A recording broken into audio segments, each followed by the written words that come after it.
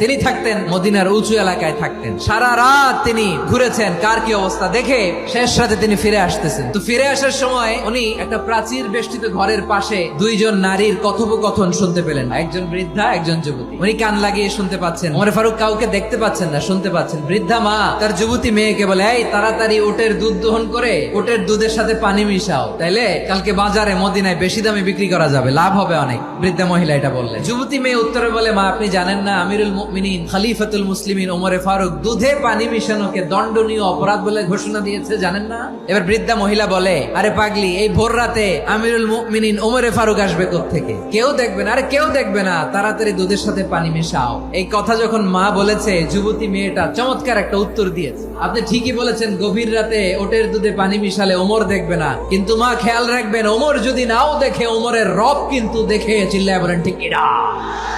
This is called তাকওয়া।